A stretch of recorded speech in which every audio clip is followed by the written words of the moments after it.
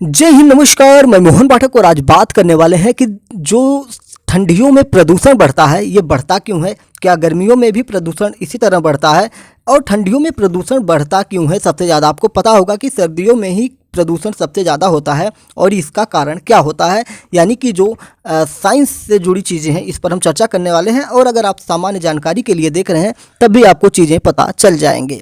तो पहले ही सवाल का जवाब हम लेने की कोशिश करते हैं कि हर साल सर्दियों में ही क्यों बढ़ जाता है एयर पॉल्यूशन, हवा में वायु प्रदूषण।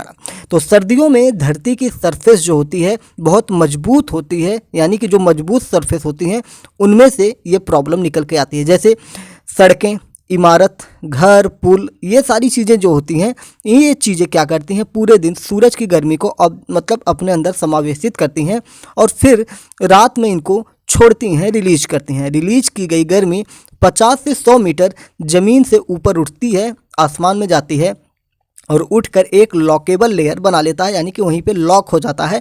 और इस कारण से जो वातावरण होता है, वातावरण की हवा होती है, ऊपर नहीं उठ पाती है। मतलब ये है कि ये हवा वायुमंडल के नीचे ही रह जाती है, यहीं पे लॉक हो जाती है।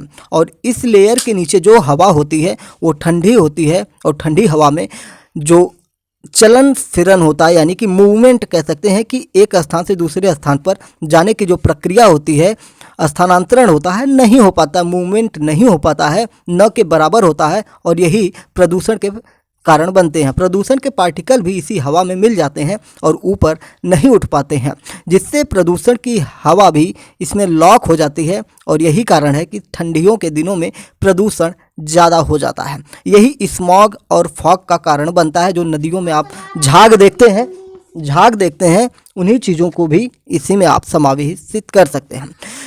बहुत सारी चीज़ें हैं इसमें, अगर हम नज़र दौड़ाएंगे तो ये कह सकते हैं कि जो लॉकेबल लेयर बनती है उसे लोअर ग्राउंड इनवर्जन लेयर कहते हैं। इसे ब्रेक करने का काम हीट एनर्जी का होता है। पृथ्वी को हीट सूरज से मिलती है, जैसे जैसे सूरज निकलता है उसकी गर्मी से लेयर ऊपर उठ जाती है और मौसम साफ हो जाता है। जैसे सुबह से अगर हम बात करें तो सुबह में ये लेयर 100 मीटर ऊंचाई पर होती है, गर्मी बढ़ने के साथ ही 400 मीटर ऊंची हो जाती है। मतलब जो प्रदूषण 100 मीटर पर लॉक हो जाता है वो धूप निकलने के बाद 400 मीटर की ऊंचाई पर चला जाता है। इस तरह ये प्रोसेस काम करता है। और दोपहर को जब सूरज की गर्मी हाईएस्ट होती है, सबसे ज़्यादा तपन होती है ठंडियों में, तब प्रदूषण बेहद कम हो जाता है, क्योंकि जो प्रदूषित हवा होती है वो ऊपर चले जाते हैं, प्रदूषण के पार्टिकल ऊपर चले जाते हैं। अब बात करते हैं कि क्या सर्दी में इतना एयर पॉल्यूशन दिल्ली के लिए अनोखा है या बाकी दुनिया में भी ये चीज़ें होती हैं। तो बात करते हैं कि सर्दियों में एयर पॉल्यूशन का बढ़ना एक ग्लोबल फिनोमिना है। पूरी दुनिया में सर्दियां बढ़ने पर पॉल्यूशन बढ़ता है। एक वेबसाइट iqair.com के अनुसार जिस समय नॉर्थ इंडिया, खास तौर से दिल्ली, कानपुर में पॉल्यूशन हाई पर होता है, उस समय मैक्सिको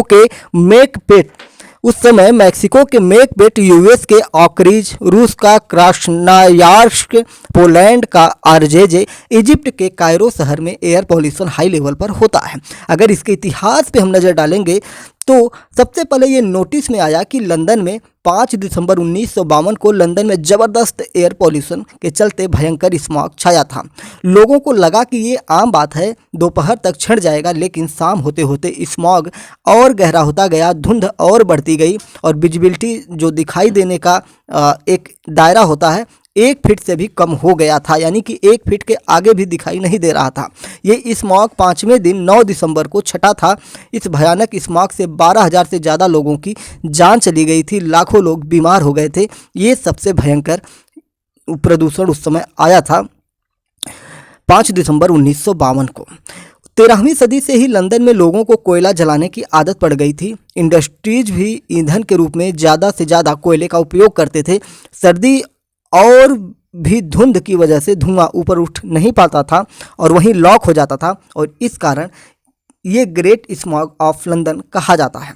इस स्मॉग के बाद कानून बना और घरों और इंडस्ट्री में कोयला जलाना बंद कर दिया गया लंदन में।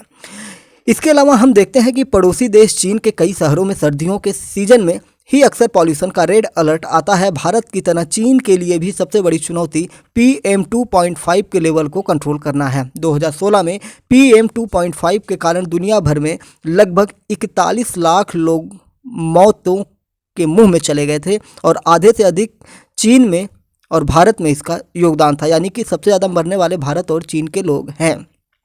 और जनसंख्या की दृष्टि से भी दुनिया के सबसे बड़े देशों में भारत और चीन ही है।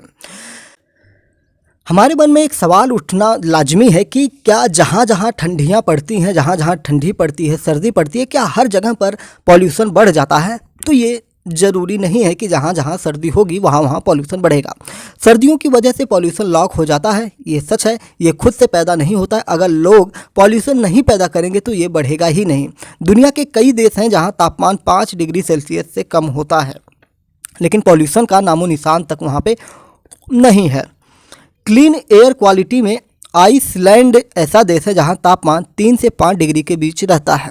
इनके अलावा फिनलैंड, कनाडा, न्यूजीलैंड और डेनमार्क भी इसी लिस्ट में आते हैं। डेनमार्क वही देश है जिसके कोपेनहेगन शहर में 2009 में जलवायु सम्मेलन भी किया गया था। बात करते हैं प्रदूषण, कोई भी हो वो खराब ही होता है। सर्दी का प्रदूषण हम इसलिए नोटिस करते हैं कि वो हमारे लोअर एटमॉस्फेयर में मौजूद होता है, हम उसे देख पाते हैं और ये हमारे लिए ज़्यादा नुकसानदायक होता है, डायरेक्ट हमें मिल जाता है। और इसे आप ऐसे भी समझ सकते हैं कि एक इंसान की हाइट 6 फीट है और 20 फीट की ऊंचाई पर प्रदूषण लॉक है, तो इस हाइट पर प्रदूषण ज़्यादा असरदार होगा। जब वो इंसान सांस लेगा तो उसे ज़्यादा दिक्कत होगी। ये ठीक वैसा ही है जब कोई मिनरल वाटर में गंदी नाली का पानी पीने लगता है तो वह सहज नहीं होता है। ठीक वैसे ही जब प्रदूषित हवा शरीर में जाएगी तो दिक्कत होना लाजमी है। खराब हवा से आंखों में जलन, सांस लेने में दिक्कत, स्किन में खुजली होती है। यही कारण है कि सर्दियों में अस्थमा के मरीज ज़्यादा मरते हैं। गर्मियों में प्रदूषण तो होता है लेकिन वो बेहद ऊंची लेयर पर होता है जो सीधे इतना असर नहीं करता है। बारिश से कैसे प्रदूषण कम हो जाता है, इसकी अगर हम बात करें तो वातावरण में कई प्रदूषक तत्व हैं, जैसे सल्फर के ऑक्साइड, कार्बन के ऑक्साइड और कई दूसरे पार्टिकुलेट मैटर। इनमें से कुछ पार्टिकुलेट मैटर एक का नेचर वाटर फ्रेंडली होता है। कुछ पार्टिकुलेट मैटर पानी के संपर्क में आकर क्रिया करते हैं और उसमें घुल जाते हैं। प्रदूषण के दौरान जब कभी बारिश होती है तो सल्फर, कार्बन, नाइट्रोजन के केमिकल पानी के साथ मिलकर जमीन पर गिर जाते हैं और मिट्टी में मिल जाते हैं। इससे आधे प्रदूषण पार्टिकुलेट मैटर छन जाते हैं तो प्रदूषण कम हो जाता है। जैसा कल दिल्ली में हुआ, वहाँ आपने देखा होगा कि अगले दिन वहाँ पे बारिश हुई थी और बारिश होने से प्रदूषण काफ़ी हद तक कम हो गया था। अगर हम बात करते हैं कि पॉल्यूलेट एयर का असर घर के अंदर की हवा पर पड़ता है तो ये हमारे घर के भीतर की हवा को प्रदूषित करता है, ये सही है। घर में वेंटिलेशन की कमी प्रदूषकों को घरों में घुसने में मदद करती है। जब प्रदूषित तत्व घर से बाहर नहीं निकल पाते तो वे इकट्ठा हो जाते हैं और तेज़ी से बढ़ने लगते हैं। बैक्टीरिया, वायरस, फफूंद, बीजाणु और धूल के कण की मौजूदगी किसी को भी बीमार कर सकती है और इस कारण से घर के आसपास पेड़ लगाने चाहिए। दिल्ली जैसे शहरों में तो लोग एयर फिल्टर लगाने लगे हैं। बात करते हैं जब सर्दी आती है तो घर में अलाव जलता है, यानी कि आग जलाई जाती है हाथ सेकने के लिए। सर्दी में बाहर जाने के लिए पब्लिक ट्रांसपोर्ट, 2 व्हीलर या साइकिल की जगह कार का उपयोग लोग करने लगते हैं। कार तक तो ठीक है, लेकिन कार में भी ब्लोअर या हीटर चलाता जाता है कोई, जिसे चलाने पर कारें धुआं छोड़ती हैं। लोग सर्दी से बचने के लिए अपने घर की खिड़की तक नहीं खोलते, जो घर में प्रदूषण वाले पार्टिकुलेट मैटर की संख्या बढ़ाते हैं।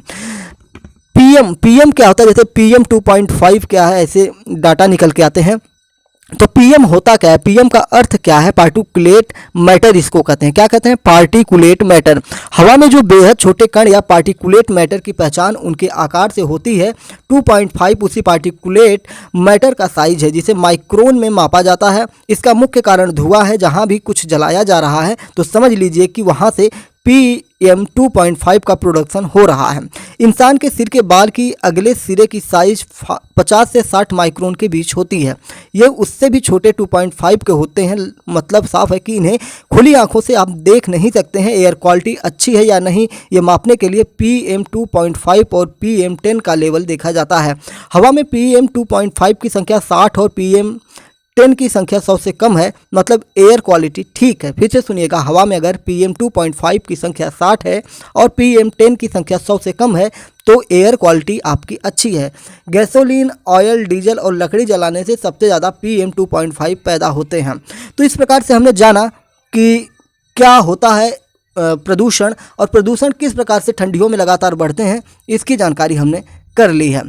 तो चलिए फिर मिलेंगे एक बड़ी अपडेट के साथ और फिर से न्यूज़ एक्सप्लेन करेंगे आप सबके साथ मिलकर MPS हिंदी पर आप नए हैं तो चैनल को सब्सक्राइब करके डेली करंट अफेयर्स और न्यूज एनालिसिस के हमारे साथ जुड़ सकते हैं और अपने विचार भी एयर क्वालिटी को लेकर कमेंट बॉक्स में बता सकते हैं। जय हिंद, नमस्कार, भारत माता की जय।